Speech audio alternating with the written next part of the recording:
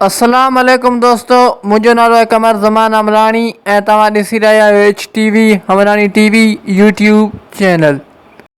जीअं त दोस्तों तव्हां सभिनि खे ख़बर आहे त मां सिंधी ड्रामो सिंध ॼाईअ ते अॻु में काफ़ी सारा वीडियो ठाहे चुको आहियां, जंहिंमें मां टोटल 56 मिस्टेकूं ॾेई चुको आहियां ऐं अञा बि हिन ड्रामे में काफ़ी सारी मिस्टेकूं आहिनि।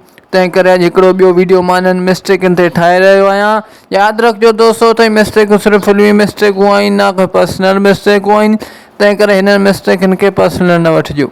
उन खां अलावा जेके बि दोस्त हाल ताईं मुंहिंजे हिन चैनल ते नवां पिया अचनि उनखे मुंहिंजी गुज़ारिश आहे त मुंहिंजे हिन चैनल खे सब्सक्राइब करे ऐं बेल जी आइकन खे ज़रूरु दॿाए छॾिजो ताकी हिन क़िस्म जा वधीक वीडियो तव्हांखे बर वक़्तु मिलंदा रहनि। त दोस्तों हाणे हलूं था पंहिंजे अॼु जी वीडियो जी तरफ़।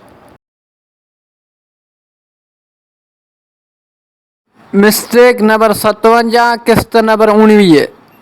दोस्तों हिन सीन में तव्हां ॾिसो त हीउ हमरा फ़ोन ते पियो ॻाल्हाए, पर दोस्तों जेकर तव्हां हिन जी मोबाइल जी स्क्रीन ते गौर कंदव त मोबाइल जी स्क्रीन ते का बि कॉल लॻल न आहे।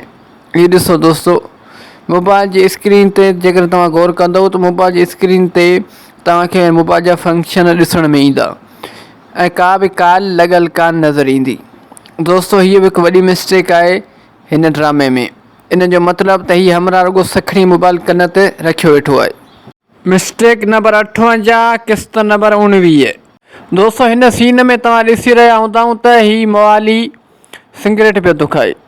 दोस्तों तव्हां गौर सां ॾिसो त हीउ मवाली हिते सिगरेट दुखाए रहियो आहे, बिल्कुलु हाणे सिगरेट दुखायो अथसि।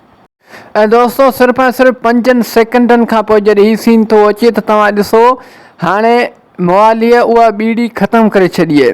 दोस्तों सिर्फ़ु ऐं सिर्फ़ु 5 सेकंडनि जे अंदरि बीड़ी सॼी ख़तमु थी वई। हीउ ॾिसो दोस्तों, 5 सेकंडनि जे अंदरि सिगरेट सॼो ख़तमु थी वियो। दोस्तों 5 सेकंड पहिरियां हिन सिगरेट दुखायो ई मस हुयो, वरी 5 सेकंडनि जा मस गुज़रिया आहिनि त हीउ सिगरेट सॼो ख़तमु थी वियो। दोस्तों हीअ बि हिकु वॾी मिस्टेक आहे हिन ड्रामे में।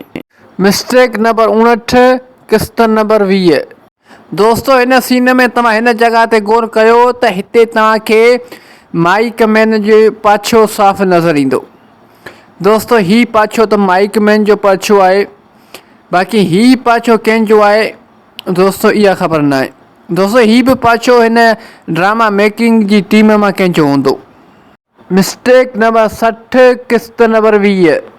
दोस्तों हिन सीन में तव्हां हिन जॻह ते गौर कयो त हिते तव्हांखे कैमरामैन जो पाछो चुरपुर कंदो नज़र अची रहियो हूंदो। दोस्तों हीउ ॾिसो त कैमरामैन जो पाछो चुरपुर कंदे नज़र अची रहियो आहे। दोस्तों हीअ बि हिकु वॾी मिस्टेक आहे हिन ड्रामे में। मिस्टेक नंबर 61 किस्त नंबर 20। दोस्तों हिन सीन में ॾिसो त हीअ ॿई शख़्स हिन दरवाज़े खे खुड़काइनि पिया, पर दोस्तों जेकर हिन दरवाज़े जे हिन कड़े ते ॾिसिजे त हीउ कड़ो त ॿाहिरां खां ई बंदि आहे। हीउ ॾिसो दोस्तों हीउ रुॻो सखणो दर पिया खड़काइनि, पर हीउ एतिरो बि अखियुनि मां कोन था ॾिसनि त हीउ साम्हूं कड़ो त बंदि आहे ॿाहिरां खां ई। दोस्तों एतिरो अंधा थी विया आहिनि हिन सीन में। दोस्तों हीअ त हिकु वॾी मिस्टेक आहे हिन ड्रामे में। जॾहिं दरवाज़ो ॿाहिरां खां ई बंदि आहे त हिन जो मतिलबु त हिन घर में केर बि कोन्हे, पर दोस्तों हिन ॿिन्ही शख़्सनि जी इन कड़े ते नज़र वेई कान। दोस्तों हिन मिस्टेक जे बारे में तव्हां छा था चओ मूंखे कमेंट सेक्शन में ज़रूरु ॿुधाइजो।